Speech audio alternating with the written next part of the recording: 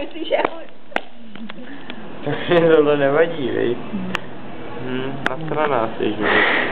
Nemálo, no. Ale jiu-jitsu. Nasraná.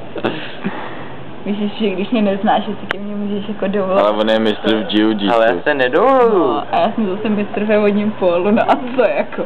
To je vyrovnaný souboj. Jiu-jitsu, prosím tě, bys na mě hodila balon a už bys ho neviděla. Jsem reprezentantka. A reprezentantka. A co jako? Myslíš si, že ti nenatáhnu? Zkus.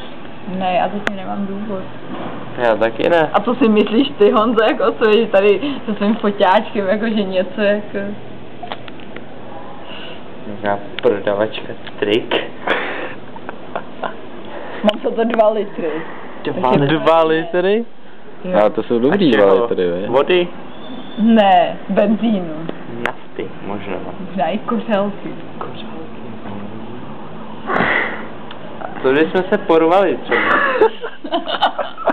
Já v bahně, viď. Tvé vodní polo versus jiu-jitsu.